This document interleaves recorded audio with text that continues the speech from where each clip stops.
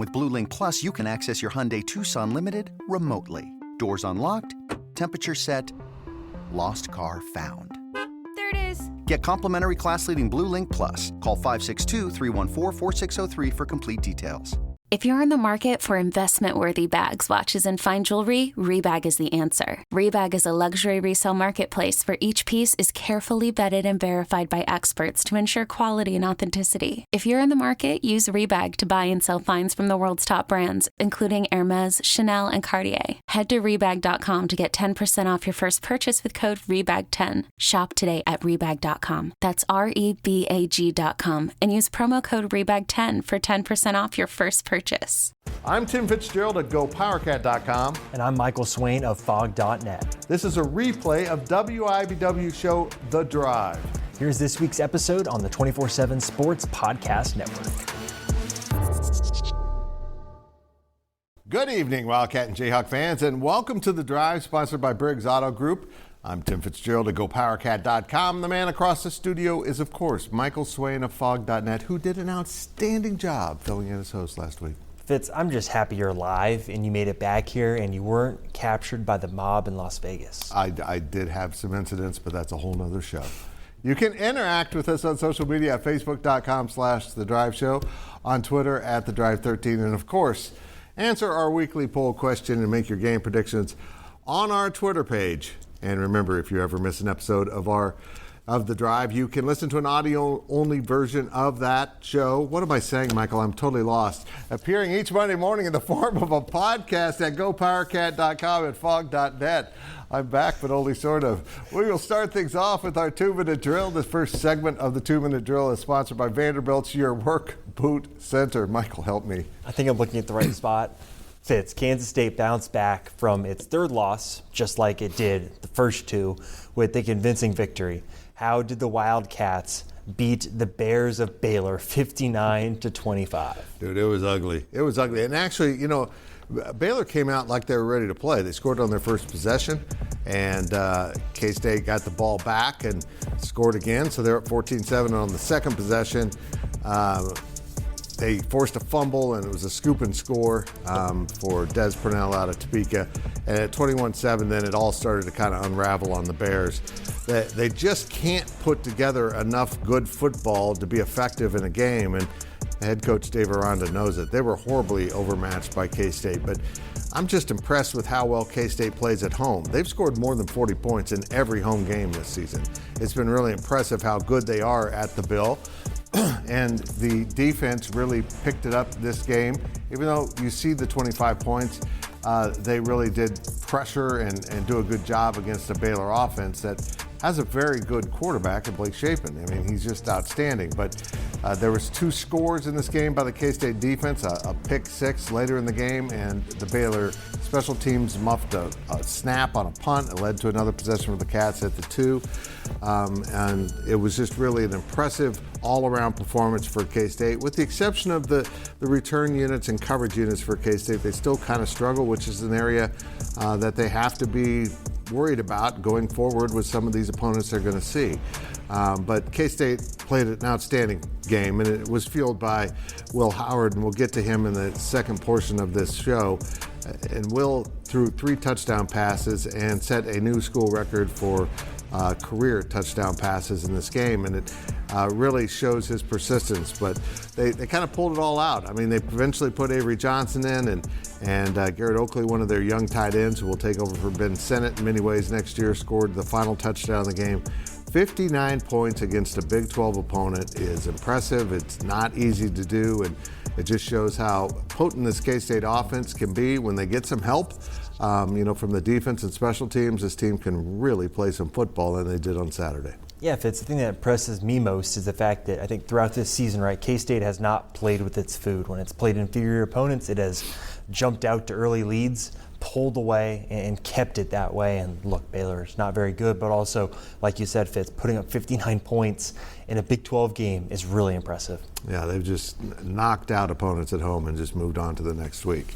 Well, Kansas was without Jason Bean for 3 quarters on Saturday, and freshman walk-on Cole Ballard had to lead KU against Texas Tech. The Jayhawks lost 16-13 on the last-second field goal, but how disappointing was this loss for KU with the Sunflower Showdown, also known as the Abolition Bowl, looming next Saturday? I think we talk about that in a minute. Okay. But I think it's really disappointing, and my vantage point, at least, it feels like a lot of the air has kind of been sucked out of the game this week with the quarterback position being unknown. And look, Cole Ballard, I can't say enough good things about him, right?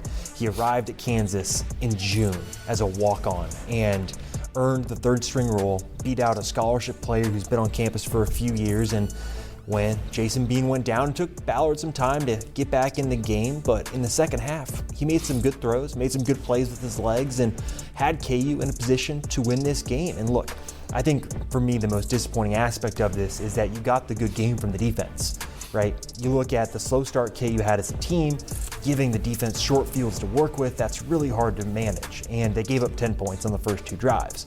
Well, between that and the last drive, they allowed 1.5 yards per play. Fitz, for the entire game, Texas Tech averaged 4.5 yards per play. That's exactly what KU's defense did to Nevada and what they did to Missouri State.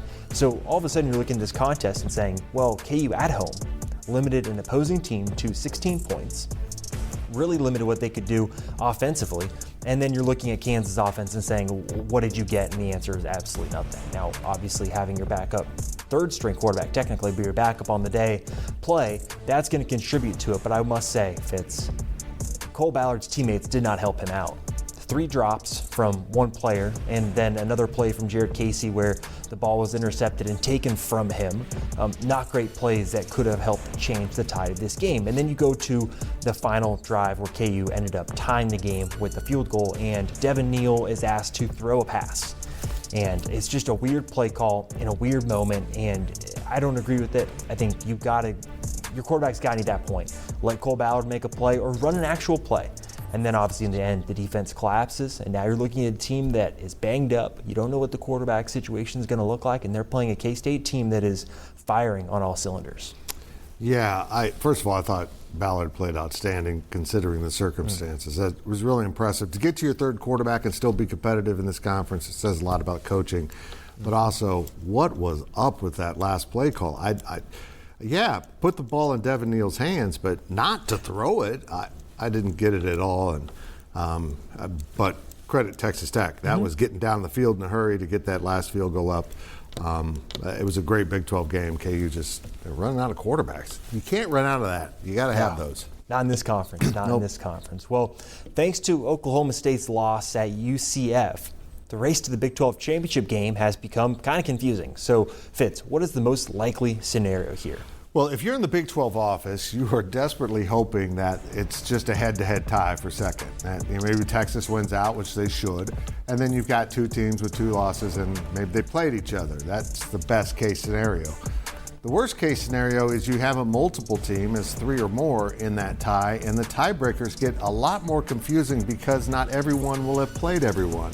So if we're reading the rules right, the tiebreaker guidelines, if all 3 teams haven't played each other, you throw out the round robin, you eventually end up with common opponents amongst all 3 as the deciding factor. And I don't quite understand that because we're looking at an opportunity here where Oklahoma State, Oklahoma, and Kansas State potentially could be tied. And Oklahoma State beat both 2. But according to the rules, it doesn't sound like Oklahoma State would be in automatically because Kansas State didn't play Oklahoma. We're going to hopefully get some clarification from the Big 12 on that on Monday. But this conference is chaotic because UCF didn't just beat Oklahoma State. They annihilated the Cowboys. They absolutely destroyed them, Michael. Can you explain that to me? How the team with the best running back in the Big 12, who did get hurt, went up against the worst rushing defense, and they lost, 706-3, dressed in blue because they were the Citronauts. It was just a weird day. They changed their colors, they changed their mascot, they changed their identity, and they beat the snot out of one of the best teams in the conference. Yeah, and look, Fitz, I think you're spot on with your assessment of Oklahoma State, right? Oklahoma State without Ollie Gordon is a bottom third of the team conference, and they lost to one of the bottom third teams in the conference on the road. So I think this result makes sense, but I think you're spot on. It makes 0 sense that a team like Oklahoma State that, when healthy, right, beat Oklahoma, beat Kansas State, and if they're tied with those 2, it makes 0 sense, 0 logic that Oklahoma State would not be the team playing for the Big 12 title. And I think the Big 12 should get this right. It's not hard to get this right, but a part of me is also a little skeptical they'll do it. Yeah, I agree. And I'm not a fan of changing rules midstream either, but you need to be fair. With all that said, I think Oklahoma State's going to lose again without their running back, and Oklahoma's going to have most tiebreakers because they beat Texas. Now, a quick look at your poll question results. The poll questions are brought to you by Midland Exteriors. Love the home you live in. Call today for a free estimate. All right, last week's question was, who had the most disappointing loss? Oklahoma losing to Oklahoma State got 52% of the vote. Kansas State losing on the road to Texas got 42% of the vote, and Iowa State losing at home to Kansas got 6% of the vote. You know what I learned from that poll, Michael, is nobody's disappointed when Iowa State loses. Shocker. Here we go. Here's this week's question. Which Big 12 coach has had the most disappointing season? We like to delve into disappointment here. Here's your choices. A, Dave Aranda. Ooh, disappointing. B, Sonny Dykes. Disappointing. C, Gus Malzahn. Less disappointing than last week. And D, Scott Satterfield. Disappointing hire, and he's been disappointing. Make sure you vote on your Twitter page and ignore my commentary. It's at The Drive 13. That will do it for this half of the 2-minute drill, but we will be right back with more on KU and K-State on The Drive.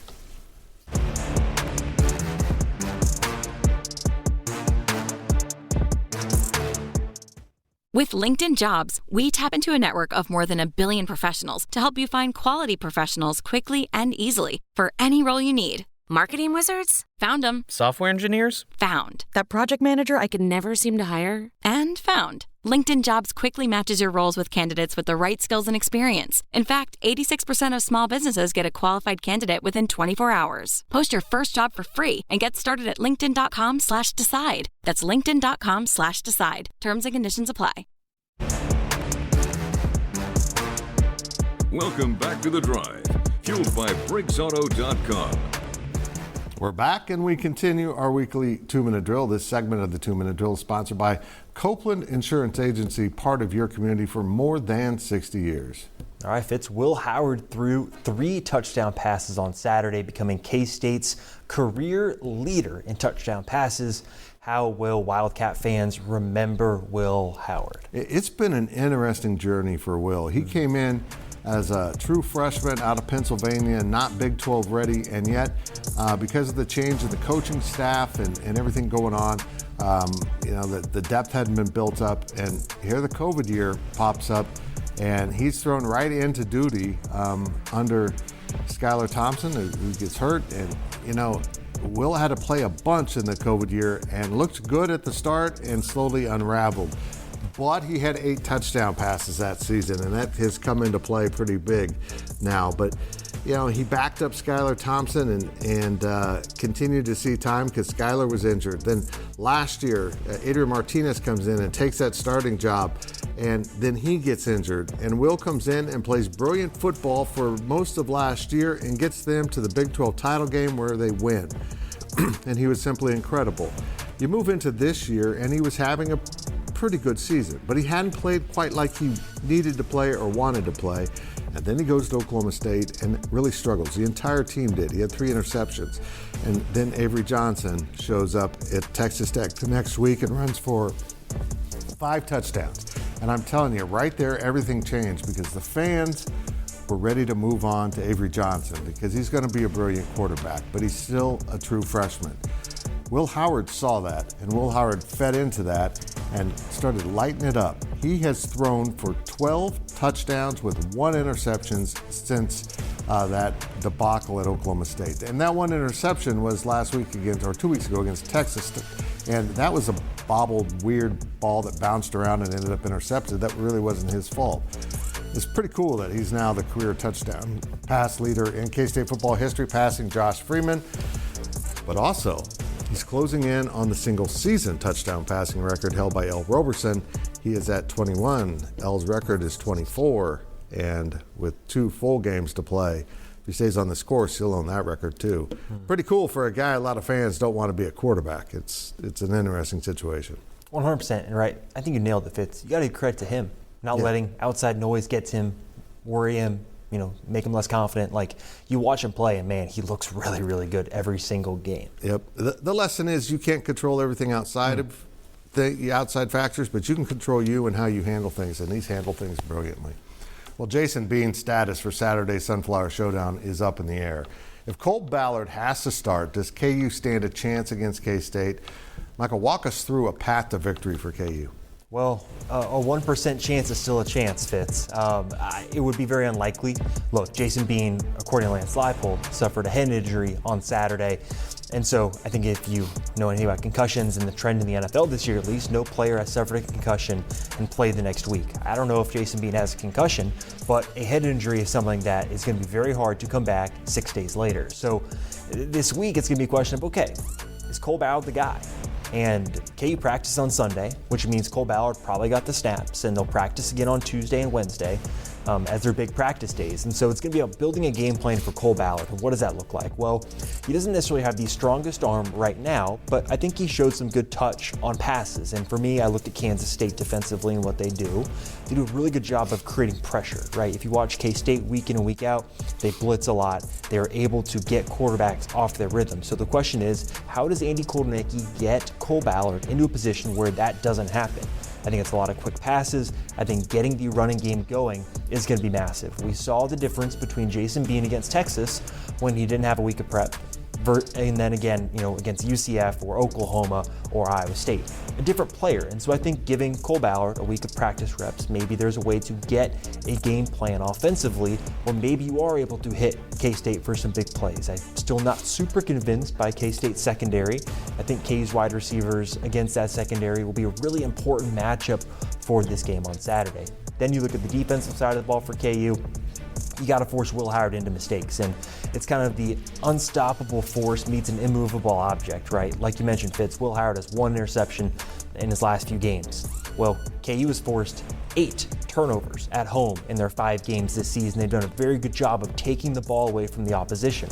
This is the type of game where if Cole Ballard is starting, Kansas needs at least 2 turnovers and to be able to run the ball and keep the K-State offense off the field. So there's a path to victory, Fitz, but as I just covered in the last 2 minutes, a lot has to go right for KU to be in this game down the stretch. Well, the good news for KU is they've got a pair of really good running backs and an offensive line that has found itself. So you can line up and try to play smash mouth, and once K-State tries to take that away, you hope you hit it over the top. But there was that second and long call that we all expected a pass, and then Devin Neal, I think it was Neal, just took off through the Texas Tech defense. It was a brilliant call. And that's exactly the advantage a good offensive coordinator can give you.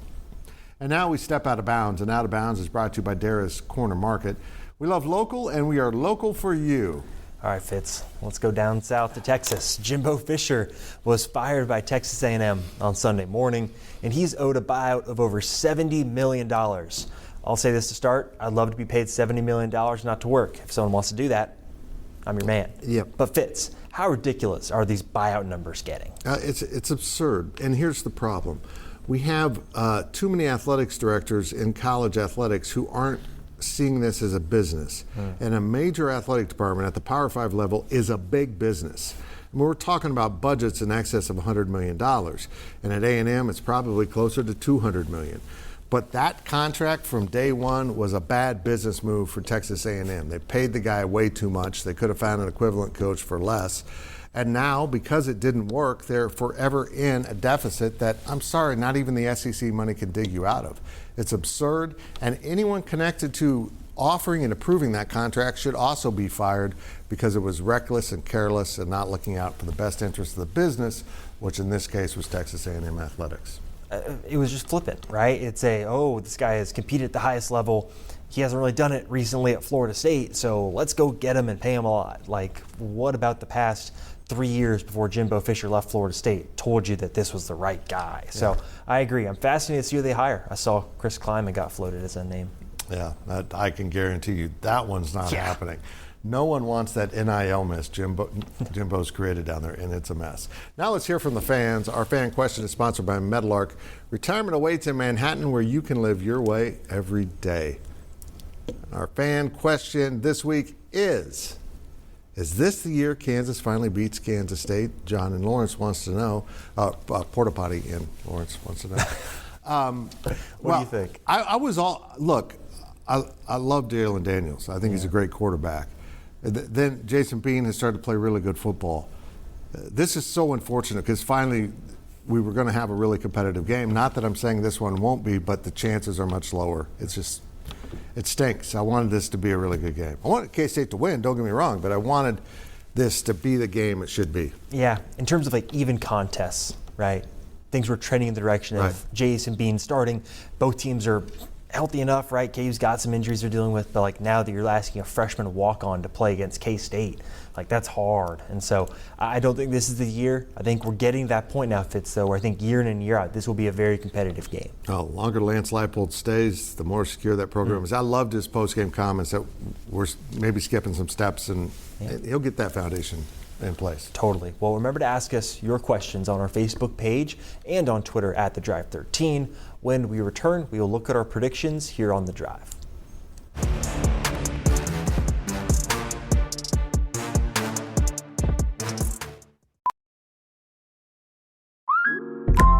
Listen up. I won't sugarcoat it. This is the longest cold, flu, and allergy season we've ever seen, but we're not alone. We've got Instacart. Sure, you may be a coughing snot faucet who just wants mommy, but you're not giving up! Not when cold medicine, fragrant herbal teas, and honey shaped like bears can be delivered through Instacart in as fast as 30 minutes! Now let's go win the sick playoffs! Daddy, I just want my soup. Oh, sorry, Sport. App says it'll be here in a few minutes. Instacart for the win. Welcome back to The Drive, fueled by BriggsAuto.com. And it's time to head down the home stretch of this week's show. Now let's take a look at our predictions. Predictions are brought to you by Kites, meeting your friends at Kites since 1954. Remember to make your weekly predictions on our Twitter page at The Drive 13. Here are last week's results. We were all below average. And of course I wasn't here, so that's Katie's fault, not my fault. I'm better than that. Right, Michael? Thank you. Okay. Okay. Let's move on to this week's picks, and we start, of course, with the Abolition Bowl. I'm going to keep trying, man. Kansas versus Kansas State. As we record this, KSU's a 7.5-point favorite. It's way too low for a third-string quarterback against K-State. Well, I'm picking K-State, of Yeah, course. I'll take them too. Yeah. Let's go to the most disappointing bowl, which is Baylor at TCU. We got TCU as a 12.5-point favorite. I'll go with the Horned Frogs. I just saw Baylor play a road game. There's no way I'm picking Baylor. No, there's no spread. I'm taking Baylor. I'll go with the Horned Frogs, too. So we're agreeing on the first two. And our last game of the week is Texas at Iowa State, the best game in the conference this week. Texas is an 8.5-point favorite at night in Ames. I'll still take Texas. I'll take Iowa State. I think they let the grass grow pretty long over the last week and a half or two. That's a good move. That's good. And the bridge looks fantastic. Again, make your picks on our Twitter page at The Drive 13. And now it's time for our On the Clock segment. On the Clock, sponsored by Carpet One, buy local for a strong local community. And we start with Michael Swain of Fog.net.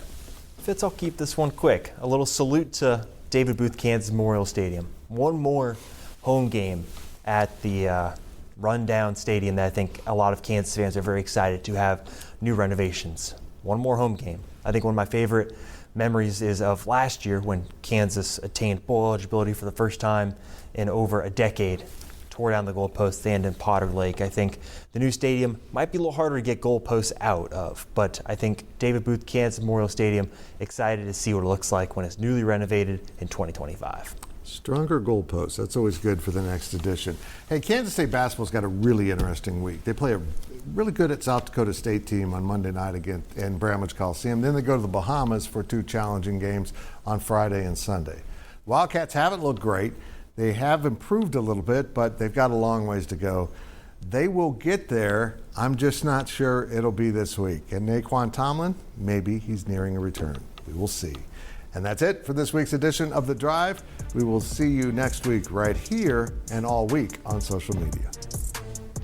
Now streaming on Paramount Plus. The choice is lightning in a bottle. When you are associated with something legendary, you're like, what am I supposed to do now? Witness the inspiring true story of Black Sheep's Drez. I wound up with the opportunity to make an album from Dilla's catalog. One of the illest producers ever. The Choice is Yours exposes the journey of one legend carrying two legacies. Even if we fall flat on our face, at least we was trying to be ourselves. Catch the new documentary, The Choice is Yours, now streaming exclusively on Paramount Plus.